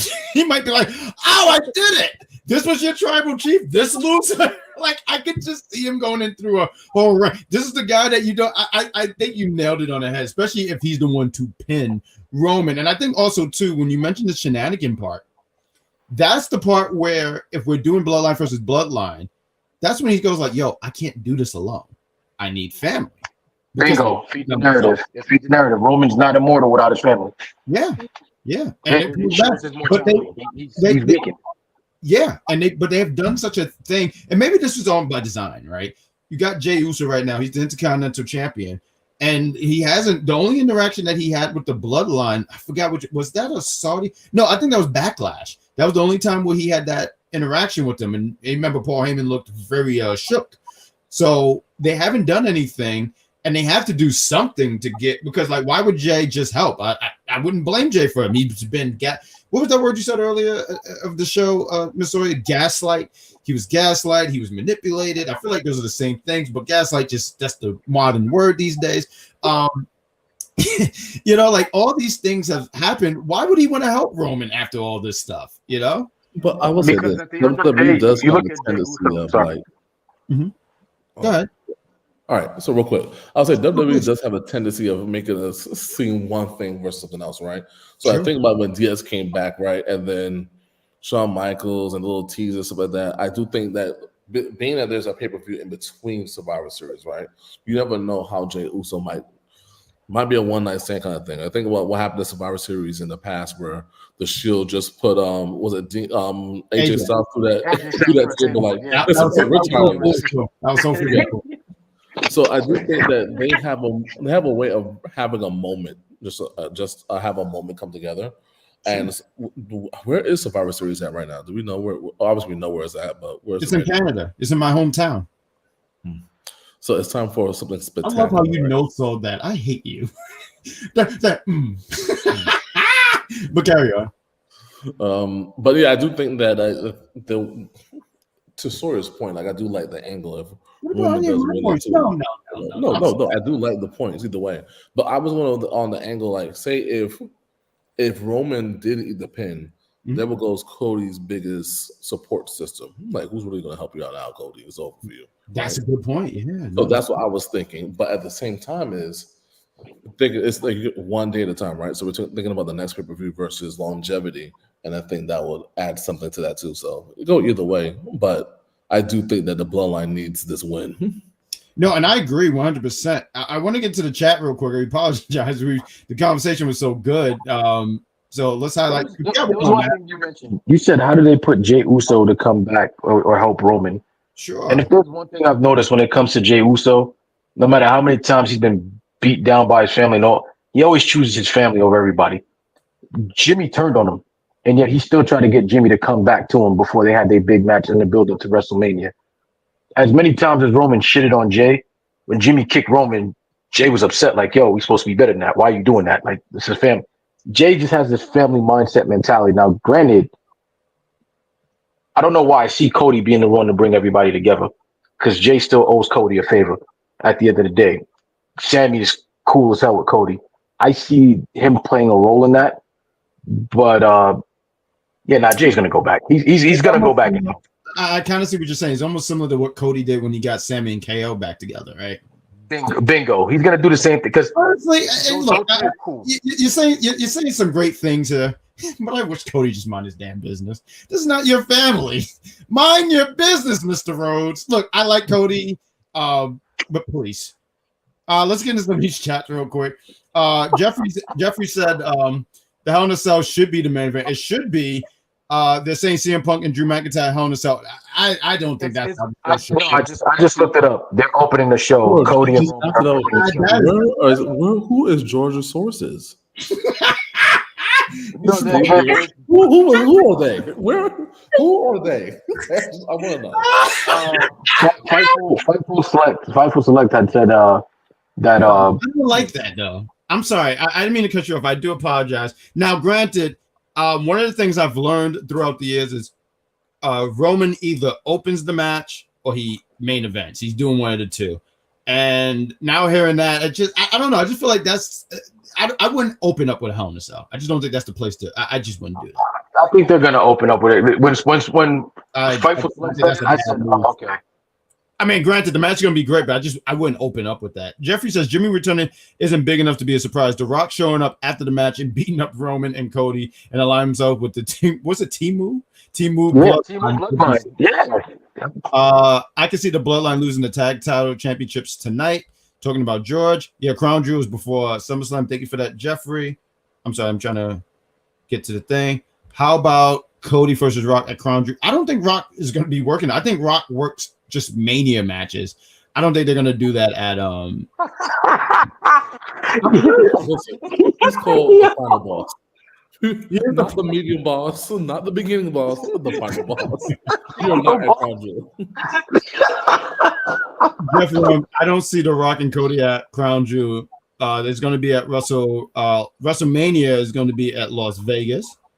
And Jeffrey says, "My apologies, Hunter Hearst Luis. I didn't know you was booking the shit."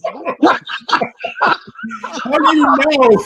Everyone wants to know your sources, George. You have to hire George so he can give us, because none of us knew, but George knew everything. Jeffrey Ryman. Trust me, bro. .com. They went to see The Rock versus Cody Rhodes. Yo, George is hilarious. Bachelor is a real thing. No, he's called the. What's his name? Sawyer. What's his name? He's the what? The infamous Tongaloa. Hello. If WWE booked The Rock versus Cody Rhodes at WrestleMania, plans can change, bro. Nothing's official, and that's absolutely true because you got to remember too, injuries. There's a lot of things that can happen between now and WrestleMania. So Jeffrey's on point. Oh, that picture scared the hell out of me. Photo. Who is that? Is that your high school picture? Library Twitcher. Gaslight is the modern word, which came from the 1940s movie. I appreciate that because I did not know that. So thank you. I don't even know what that is, but Library Twitcher. Jay doesn't need them. But we don't know when The Rock is going to be on television, but that interaction between The Rock and Cody after Cody won. Yeah, and you got to remember that too. So, Rock mentioned something about that title. And I think we do get that at some point. I just don't know when. Okay. So apparently Cody had made a hint on Pat McAfee's show that something big is supposed to happen, a vignette or some sort of being played. And a lot of people are assuming it's The Rock because he was very vague about it. So it's a possibility. Please keep Sammy away from the tag teams. He's the tag teams. Jey Uso is definitely going back, and also Sammy. Sammy needs to. I don't mean to copy you off Miss Soy, but Sammy needs to mind his business too. That's not your family, bro. Going back to Bloodline. Naomi, thank you for keeping us up to date with SmackDown. George, he's keeping us up to date with SmackDown and giving us the sources. I mean, round of applause for George Lewis, man. Like this guy has just been. George, do you know what happened with AJ? Did he really injure his ankle? Is that real, or is it who got hurt? AJ. I keep hearing AJ Styles. Yes. Might be kayfabe. Yeah, that's why I'm like, is it real or is it we have to get the official word from George. He has the source. I need to know. George is right now getting his papers together. He's like, now they're on to me. They know what I do. Really did. AJ injured his ankle. I want to actually look that up. Really. Let's get into this main event here. Real quick before we get to what I think should be the main event, but apparently it's not. It's still going to be the opening match. I still think that's just so. I wouldn't have done that. But let's talk about George tomorrow if that's the thing. I'm like, yes. I mean, at the end of the day, Roman's the biggest thing out there. Everybody's happy to see the OCC back. I'm not surprised. Okay, so he said Sammy broke up the Usos, and he almost broke up. Did he really break up the Usos? I feel like Jimmy broke up the Usos. I'll give you Sammy breaks up. Go ahead. What were you gonna say? Jimmy broke up the Usos. Sammy had nothing to do with that. It's storyline. I believe he'll be fine. Yeah. Right now, I see the Bloodline coming out. They should get a win. But yeah, let's get into this. Let's get into this match here. I mean, I think this is going to be the match of. I almost feel like this is going to be the match of the night here. We have CM Punk going against Drew McIntyre. These two have been going back and forth for a good portion of the year. We're talking even since the Rumble. You say the Rumble? Rumble. The night after Royal Rumble. You remember Drew stepped on his arm. CM Punk cost him at WrestleMania. CM Punk cost this man twice. He cost him at WrestleMania, and he cost him at what was that pay-per-view? Clash at the Castle in his home country. He cost him at Money in the Bank too. Don't forget Money in the Bank. Oh yeah, I forgot about that. This man in 3 different countries this year. King. That is king hate. I am not living up to my my potential. So we got CM Punk against Drew McIntyre, Hell in a Cell. Drew got the first win at SummerSlam. CM Punk got his win back at Bash at Berlin. The night after, Drew McIntyre beat the hell. I mean, he beat the hell out of him. I mean, when you get beat up and you get kicked out of your shoes, not for nothing. That's an ass whooping, dude. We haven't seen an ass whooping that bad since Lesnar and Michael Cole. I was gonna say since Mariah Carey divorced Nick Cannon. Damn, you got it. That's definitely. Ooh, shit. Nick suffered from that one. I can't. Did he? Right now we have Tamaloa and his brother coming out right now. It's the infamous Tamaloa. But you know what? I'm gonna give you the floor first, Miss Sawyer here. I ask questions in layers here. So I ask, who do you got going over? And this is the end, right? This is the end. After this, they are done. They're not going to be fighting each other anymore. I wish, Rich Kings, you remember back in the day when they would have the thing, they would like, the end. The end is near. I swore I was thinking about that when you said the end is near. The end is near. Oh my God, I used to love that. Bum, bum, bum, bum. Yes. And the song was only 15 seconds. I kid you not, I would listen to that shit on repeat all the time. And I created my own scenarios. I think I had one where, I don't know, I think I was fighting Brock Lesnar. Of course I lost, but nonetheless, you hear in the end is near for me.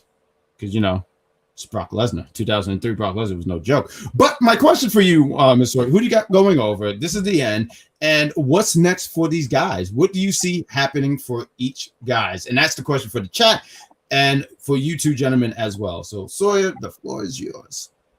Okay. So I definitely see. Well, I want CM Punk to win.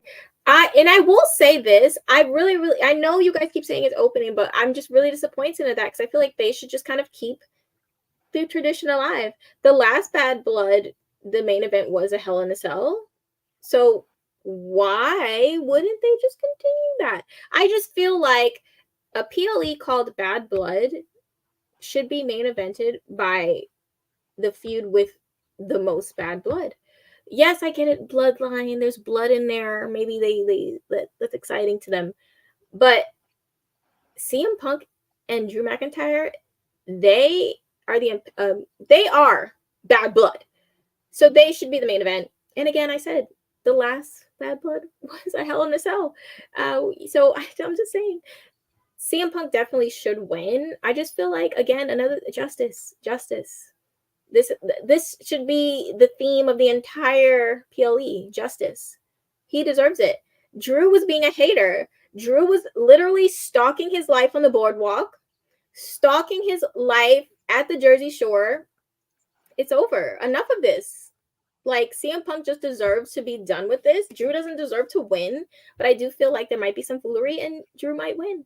But I really, really, really hope that CM Punk wins because stop talking bad about Larry. The things he said about Larry, the threats he has made to Larry, unacceptable, sick, and twisted. Drew does not deserve to win. Threatening dogs. That is sick. Hold on. I didn't mean to interrupt you. I mean, I know you're in the midst of your speech here. But I'm impressed by your change here because on Tuesday, you remember CM Punk hit the GTS on Ethan Page, and you was like, I hope Drew wins. So where did the change come in? That was, you know what? That was temporary anger. And the next day, Jay White showed up. So I was less angry about everything. So it was like, it wiped it out, It was like you know what I mean? Yeah. No. But what do you have any thoughts about what these guys will be doing after? Is there anything that you either think or something you would like for hey, CM Punk does this and Drew does that? Is there anything that you got?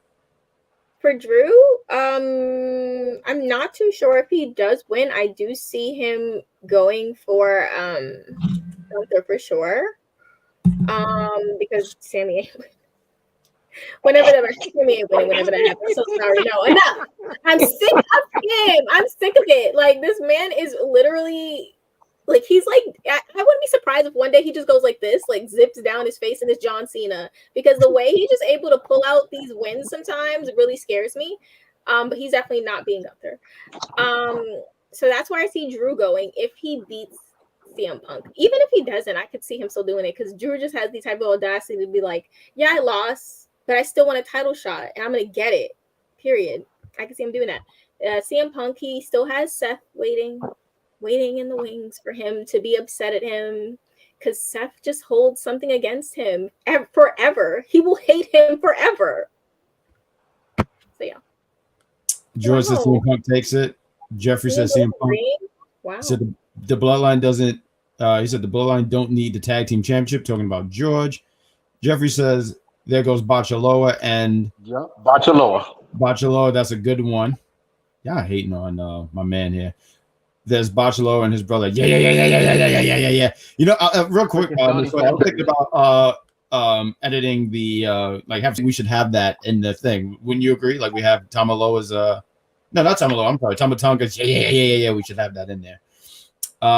We got Strawberry Spice say, so who's gonna win the Bad Blood? Rhea Ripley and Dominic, I'm sorry, Damian Priest. Said it twice. Or Judgment Day. We got also George who says the end is near. Oh, that was the shit of it. That was the shit of a theme. I don't know if that's a compliment, but it was a great theme. It wasn't even that long of a theme. It was just really cool. Roman Reigns is a main eventer, absolutely. If you disrespect his wife and dog and made him eat the beads of the bracelet, Punk has to win. Right, I forgot about every bit of that. No, that's not. I'm trying to say. Hold on. Before you finish, let me just get these comments out the way, and then you can go ahead. The cell should always be last. I don't care who's in it, and I agree. The question is who started it. Shay, you and me are on point tonight. Drew started it when he said I prayed for it, and it happened. No. That's true. Shay not buying it. George says, I think that Braun Breaker confronted Gunther. That did happen. That wasn't really a confrontation. That was just more of a teaser. And we also got Nia Jax told Tiffany Stratton to cash in on Liv Morgan. And yeah, we see Tiffany Stratton cashing in tomorrow. She ain't cashing in on no Liv Morgan. She's not going to listen to her. But go ahead, Jean Baptiste. Who do you got going over in this match? And I pray for Drew to go over in this match because at the end of the day, this is bullshit. Fucking CM Punk screwed him out of 3 goddamn titles in 3 motherfucking countries. Those levels of hatred need to go somewhere. Like, Punk, you were injured. Mind your goddamn business and let Drew live. You had no business interfering in these matches. Hey, he injured me at the Royal Rumble. Well, stop being injury prone, all right? No one likes you. Get lost. I'm glad he shoved them beads down your throat. I hope he kicks your dog, all right? Back off. Oh! You're goddamn right. I hope he claymores the shit out of that damn dog. You have shown your ass, and I do not like it. Let me tell you something, Gene. Or Eugene. Everyone say hello to Eugene. You said kick the dog. Yeah, I hope he claymores the dog. Good dog owner, and you proved your point. Sawyer, what is that fine looking like so far with this guy? It's in the thousands for sure. No, you add 3 more zeros. I don't care. I hope he claymores the shit out that damn dog. That dog. Wow. Damn right. He's over here. Come get him. He's over here. Wow. Usually I'm the wild one, and here it is. The guy's trying to spill. I'm tired of this nonsense. Punk is not the victim. Punk instigated this whole entire thing. He instigated this entire thing. All right. Mind your goddamn business. Let Drew have his moment in glory. You deserved it. You deserved everything you get tomorrow night. I hope he beats you senseless. I hope you can't move. I hope he does injure you to a point where you can't even bathe yourself. Get lost, Punk. I did want to say this is Bizarro land because that's how I'm feeling right now. I did want to talk real quick, and I want to give you the floor, Rich Kings. But you did mention about that promo that they had on Monday, and he did say things like, I'm dressed up in a funeral, not for you because I have no respect for you, but I'm dressed up like this for your wife because I'm going to beat you up and I'm going to beat you senseless. And I think he said some other lines like that, like she's going to have to feed you like chewed food or something like that. I forget what the whole thing was. But I want to talk about that one security guard. I don't know if you guys watch Monday Night Raw, but when CM Punk got on the mic, and when CM Punk, I think CM Punk is one of the only few people who stand a chance against John Cena because when John Cena says, fine speech, you are cooked. And I'm talking Gordon Ramsay filleted cooked. And when he said, look at me when I'm talking to you, son of a bitch. I think that's what CM Punk said. I forget the whole vernacular, right? Did anyone see this security guard? Because he looked shook. Look at this guy. My man was like, that ain't PG. He walked out here and said, this is not catering. I don't want to be in this shit. I'm sorry. This guy's face, he looked shook. He looked like he bought tickets to go see U2. Instead, he saw some other band, and he said, I want my money back. Matter of fact, he looked like I took an Uber trying to go to Jamaica to go see a hog show, and this woman took me elsewhere. Be careful who you get into the car with, folks. Rich Kings, smartest man in the room. Sir, who do you have going over, and what is next for these two men? Because this is it. Yeah, I mean, thankfully, this is it. I mean, Drew should win the match. I think that this series thing. Whoa. Oh, yeah. Drew should win the match. So for me, I do think that Drew, his character, could benefit more from winning this match and stuff like that. We already know what's around the corner for us with CM Punk and this guy Seth Rollins, who just can't, like, you just hold a grudge against anybody, right? And he is so annoying to me. So that's another story for another day. But we already know where CM Punk is going. That corner is going to be Seth Rollins. Wait, who gets on your nerve? I'm sorry. Huh? Seth Rollins. Seth Rollins, I can't with him. But for Drew, like, I don't know for him, yeah, it could be potentially Gunther, but it could potentially be somebody else like Randy Orton or some other kind of feud that could be down the road for him as well, too. You never know what Drew McIntyre he could create a feud with anybody for any old reason, right? So for me, I think he wins this match and keep it moving. It'd be great to see him against Gunther, but he's such a wild card that he could just pick a fight with anybody for any old reason, and it would be good. So I think just to cap out this year but just this series for him, I do think he wins it. I do think it should be. I think it should open the show, and the reason why I think it should open the show because it sets the tone for Bad Blood, because of the series, right? I don't think like Dom or the whole what's that people those two show, huh? You talking about Liv and Rhea?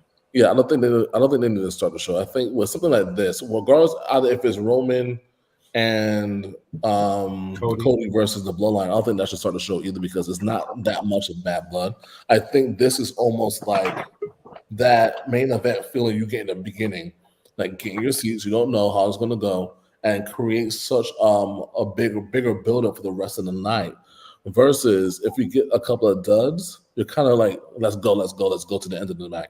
So I do think that if this really puts the sets the tone for the night, and I do think that with Drew winning, I think it would just go good for the rest of the pay-per-view. All right, I think everyone made some great points. For me, I got CM Punk going over. Definitely Seth is at the on the horizon. They're definitely going to be facing each other. If Drew won, I think this would be great for Drew. I just don't see it.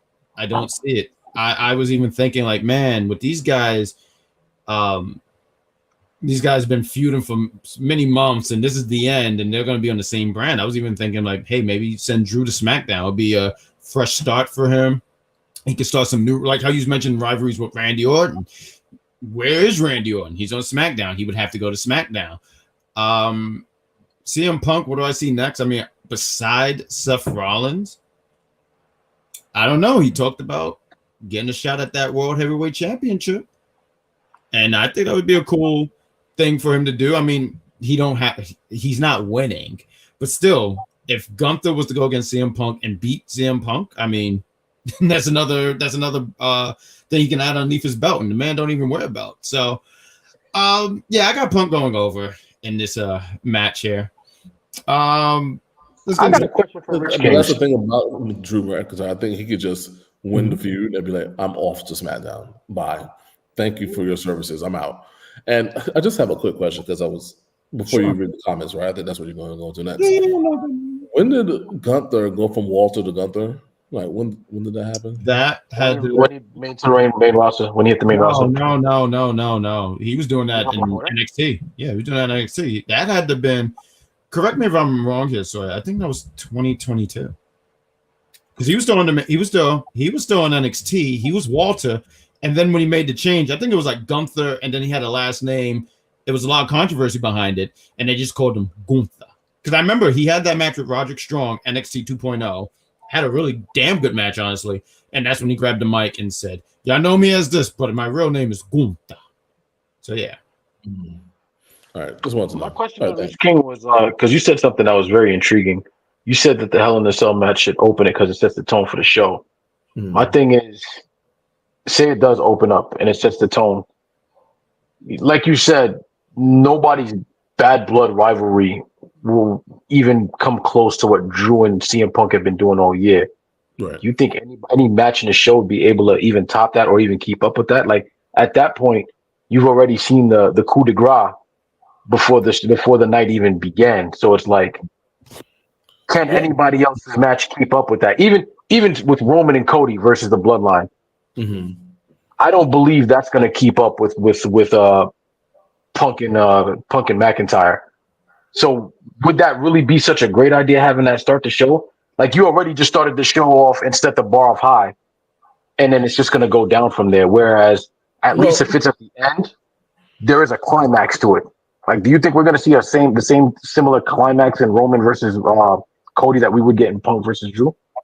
So this is what I would say to that, Mr. Baptiste. I do think that it will help these other superstars that should be watching the match to raise their game, right? So if you're Rhea and Liv, you need to step it up because this showed you what the standard should be, right?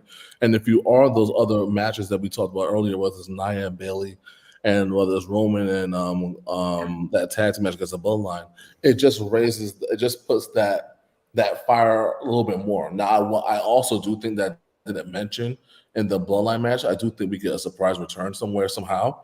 And I think if you have that surprise return with the Bloodline earlier, or whoever, it could be an interruption, it could be somebody we're not even thinking of, right?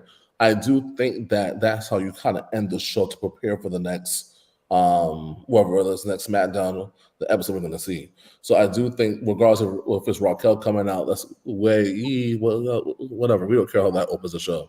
But I do say, regardless if it's a Bloodline, but I do think it should be the Hell in a Cell match. Once that opens a show, that creates a standard period. So I don't think having who would you? Let me rephrase this again. Thinking about how you want to start the show, who would you start the show with then? What match? And what and if it starts off bad, how does that go from there? I mean, the only other person I could think of to start the show off would be Finn Balor and Damian Priest, because Finn Balor could definitely kick it up to another level right then and there on the spot. Like, let's be real. All jokes aside. Thank you for acknowledging that. Thank you. Yes. Continue. I was going to say, it's too late. No, it's too late. You're fired. No, there's all jokes aside. Finn Balor, like, he can definitely open the show up and set the standard, set the bar up incredibly high. Off rip. I don't believe Liv Morgan and Rhea Ripley can do it. And if we're saying Bayley and Nia, probably not. I as much as I love Nia, I think, and Bayley's definitely a good star. It's definitely good. I can see that battle being a lot more one-sided than anything. Whereas Finn, let's be real, Finn is exciting to watch. He can kick it up and start the show off right. And then you could maybe put the Hell in a Cell in the middle, if not be the ending show. But at least, if you got Finn starting off, bars high, you get a low in the women's matchup, you go right to Hell in a Cell. All right, we're excited again. Maybe a mid-match between Nia and Bayley, and then end off with whatever surprise return we're getting at the Bloodline match. You're good to go. Bayley's been on a run. So I just see a comment there. Hold on, that Charlotte always bleeds, and there's a match after Charlotte, so there's always blood stains on the match. Go ahead, Latoya. You was gonna say something. You was talking about Bayley's been on a run though. Like her matches lately, especially on PLEs, have been insane. Really, really, really good. I honestly feel like this whole run she's had since she's returned, the match quality that she has put out has been like my favorite of like her entire time in WWE. I mean, I don't think I need to speak about the match she had with Io. Don't get me wrong, amazing. But we're talking about her against Nia Jax. Like, let's keep it real. She's going to do something of it. She's probably going to do a couple of incredible things, but we're talking Nia Jax. Nia Jax is probably going to toss her around for a good minute. Oh, thank you for the 100 bits, Jacob. So you're saying Finn start the show so we don't have to see him? See what Jeffrey trying to do? Jeffrey trying to get you in some hot water. He really is. Like, no, it's not what I'm saying, but all right. Yeah. But no, I feel like if we're going to talk about who could set the bar high, if not the Hell in a Cell Bloodline, Finn. Definitely Finn. Well, yeah, if you're taking out the tag team, because that was the match I was looking at to start the show. But if you're saying take out these two matches, I mean, and they already did Liv and Rhea opening the show. I don't think you want to do that again. They already did that at SummerSlam. So I'm eliminating that. I would go with Finn and Damian. I think that's a way to, because there is bad blood there. I mean, like I feel like with the exception of because I don't think Bayley, I was gonna say I don't think Bayley and Nia's is really bad blood. I feel like everything else kind of is except that match. If we were to talk like real crazy bad blood, like real crazy like feuds to culminate a bad blood, definitely CM Punk and Drew. That's definitely up there. I would follow that up with Finn and Damian because that's like it. You waited a whole year to finish this man off. Like that's crazy. And then probably Roman because let's be real, this whole thing just started just after WrestleMania, and for what? Because Roman decided he wanted to be a liar. Like let's be real, Roman lied. He lied to Solo. You're looking at me confused. Think about it. What was the one thing Roman said last year on SmackDown when he chose Solo to be his replacement? And if anything happens to me, you are the tribal chief. Not Jimmy, Solo. So Roman lost. We hadn't seen Roman for a while. Solo takes over. Now you're back to beat the shit out of Solo for what? Because he decided that he'd listen to what you said. You lied to Solo. You lied to that man. So you probably hold on. What was in the ramen tonight, dude? He did not lie to Solo. This wasn't in a tribal court. This wasn't in a tribal backyard. And this was just words. Tribal backyard.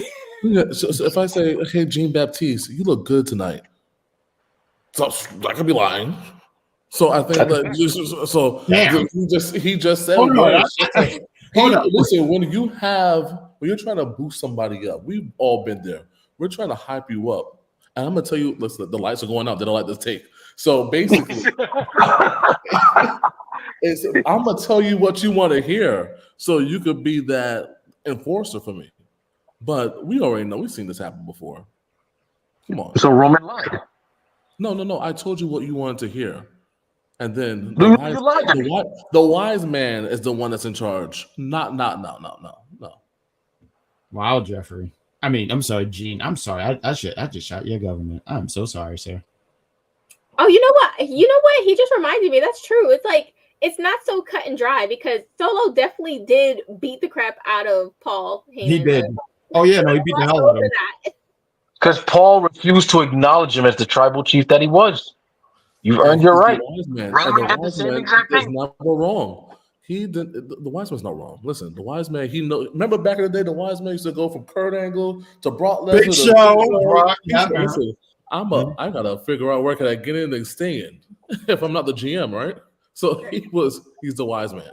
He is the wise man. And Solo was lying, remember, because he kept saying, "Oh, I talked to Roman." He was being shady. Like the way he went about it was super shady. Selective memory, Jean Baptiste. Yeah, you're really fucking up tonight, man. Listen, I just remember Roman said, "If anything happens, Solo, you're the guy in charge. You are the tribal chief." Now all of a sudden you're back. No, fuck that. Solo earned his right. It was a continuation sentence, and he didn't finish the next part of the sentence. Maybe it's a commercial break for the next one. You are just losing tonight, Gene. I can gang up him all y'all want. He was like, I actually want to defend you. I understand Solo. I understand Solo. He was lied to. Fuck that. I loved your because we're gonna wrap up the show. I mean, real quick, Mr. Grand Slam, being lied to. How many times have we been lied to Jean Baptiste? Oh, so you guys in the movie theater, and he never shows up. Oh, what do I expect? Wasn't lying. I'm a butler. What the fuck? Oh yeah, you're really shitty, honestly. Not for nothing. Yeah. You suck. At some point we need to let these things go. No. Just like Solo. Thank you for saying that. So Solo needs to let it go. And you screw yourself again. Yeah, absolutely. Take that, barista. Anyway, let's move. You are just. I liked how Rich King said, "I can say you look good." I'm lying. That was. I felt like that was just an insult, a slight insult. No, that's not even a slight. Absolute insult. Well, you know what? I want to sit here and say, I think you've been taking good care of the beard. So good job, sir. You're lying to me, aren't you? Yes. So anyway, that's the show. I want to thank everyone for being here. I want to thank my lovely panel. We went an hour and 44 minutes. We didn't mean to go that long, but the conversation was just so damn good, and we had to get our thoughts out. before tomorrow's PLE. We plan on being back here tomorrow, right after the PLE. I want to give a shout out to this YouTube channel because earlier this week we did an NXT watch along. Me and Miss Sawyer were talking about, hey, we want to do some YouTube content here. We're trying to get some more content going on. We would love for you gentlemen and Barista, when you pay this fine, you can be back here. But we would love for you gentlemen to be back with us because you guys have done a fantastic job as well. So with that said, I'd like to give the floor to one Miss Sawyer. We always ask the question and say, hey, where can they find you if they want to talk some wrestling, the challenge? I mean, you did a challenge episode yesterday here on The Big Pop. So, yes, tell people where they can find you when they want to talk to you. Maybe tell you something about how Finn Balor got dominated. Where can they find you? Why would you start me off like that? You're so okay. You can find me at ShaySawyer was here on Instagram. You can find me at ShaySawyer _ on Twitter. You can also find a new episode of Big Pop Theory podcast that just dropped this Monday on all platforms where you can listen to it. I'm not going down the list. Too much. You do a great job. Yep. Yes. You can find also a new episode of Challenging Times, the after show. Cactus Katie was out this week, but it was me and Mike Knox. It is on Unpopular Review Entertainment, so you can definitely take a look at that. And we also did the watch along, so you can definitely look back at that as well. That's on Big Pop Theory Podcast YouTube, and also on Unpopular Review Wrestling YouTube. So, and that was honestly, it was such a good time. Matter of fact, after the show we chatted a little bit. It was like, man, that was so quick. That was actually a really quick show, so it was fun. So we want to thank you guys, George and Jeffrey. We know that you guys was with us when we were watching along. So thank you guys. Jim Barista DeGua, where can people find you? DeGua, Jesus Christ. You can find me on Twitter. You leave Jesus alone. What? Confused. You find me on Twitch, Desert Zone 459. Come Monday, I'm just doing a whole big Twitch party for Dragon Ball Spark and Zero. All of you are welcome. Run some hands, run some fades, bring your best character. If you pick we shit garbage. I think I'll probably be on this Saturday and Sunday finishing Black Myth Wukong so that way I could free up the space in my damn console. But otherwise, you also catch me here tomorrow night on the Big Pop Theory when we review Bad Blood, if I'm correct. Absolutely, yes. We would love for you to be back on. And also, Gene Barista, I would love to Twitch with you. I was thinking we can do that Mickey Mouse racing game that you was talking about. I think that would be fun, huh? We get the boys in and we got to do it together. I was thinking about doing Dead by Daylight with you, but I heard that you suck and you get people killed. That's a lie. That is a whole bullshit. Listen, ShaySawyer has sat there and told these heinous lies and instant propaganda. I hide. I do the smart thing when the killer's around. I'll hide. Okay? Now she believes I shouldn't be hiding, but no, I must hide. All right? I don't want to be slaughtered. All right? At the end of the day, the smart thing to do when a killer's running around is you run and hide, and when he walks past you, you book it. How many times have I pulled you off the meat hook? How many times have I pulled you off the meat hook and said, all right, I'm here to save my friend? Only to pull you off, you run off, and I get captured on a goddamn meat hook. Huh? Don't yell meat hook at me, all right? Meat hook? Wait, why? Wait, what? It's a meat hook. Ain't that what it is? I don't like the way it sounds. The objective of the game is to be outside of the locker and do gens. What? Have we not won a game? Have we not beaten the killer before? Now, Jim, not you.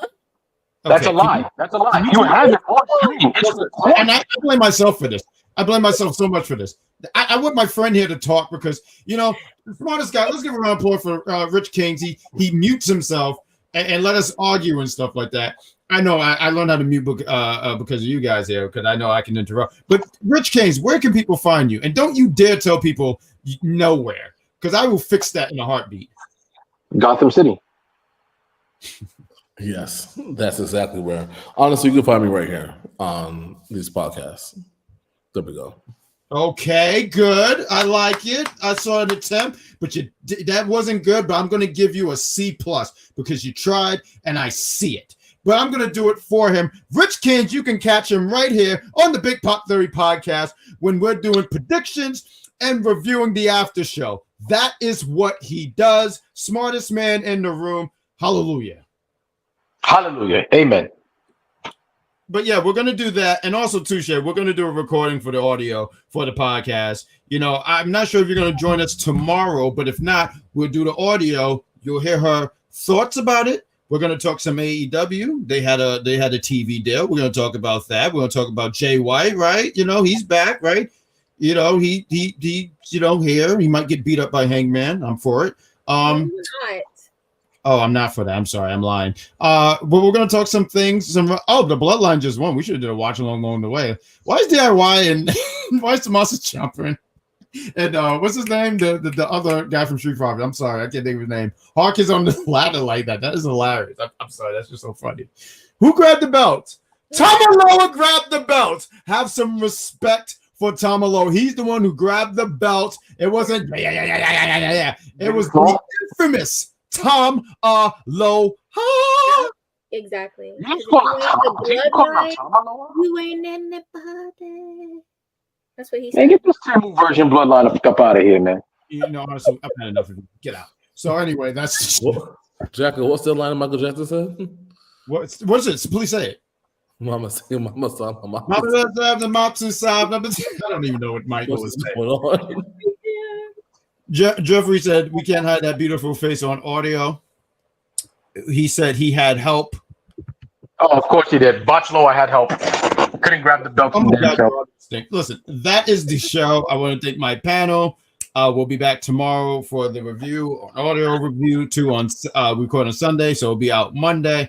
And Jeffrey saying Montez was the MVP. I believe that. You know, honestly, I don't even make this video so long, but what was it, 2 years ago? I honestly thought they were going to pull the trigger on him to do some single stuff. But that's for another conversation. I'm gonna have to look this up. I think we had some kind of funny video. But anyway, everyone wave. It's the end of the show. Everyone say goodbye. Everyone go wave. Thank you guys for watching.